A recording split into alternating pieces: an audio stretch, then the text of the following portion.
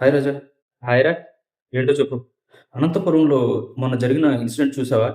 సువార్త ప్రకటిస్తున్న వారిపై మూకుమ్మడిగా దాడి చేశారు అని వైరల్ అవుతుంది వీడియో. దీనికి సంబంధించి నువ్వేమంటావు? ఎవరైనా సరే వారి యొక్క మతాన్ని ప్రమోట్ చేసుకోవచ్చు. ఆ అధికారాన్ని రాజ్యాంగమే వారికి కల్పించింది. ఈ విషయం తెలుసు కదా?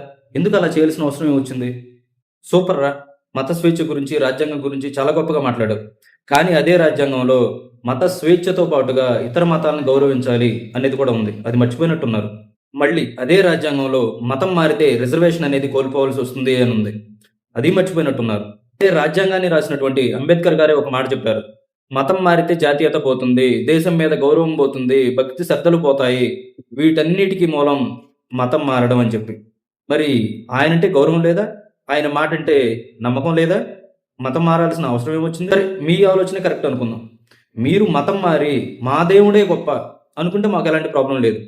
కానీ మా దేవుడు మాత్రమే గొప్పోడు, మీ దేవుళ్ళు దేవుళ్ళే కాదు, రాళ్ళు రప్పల్ని మీరు పూజిస్తున్నారు అని చెప్పి దైవ దూషణ, మా దైవాన్ని దూషణ చేసినప్పుడు మాత్రమే ఇలాంటి పరిణామాలు జరుగుతూనే ఉంటాయి.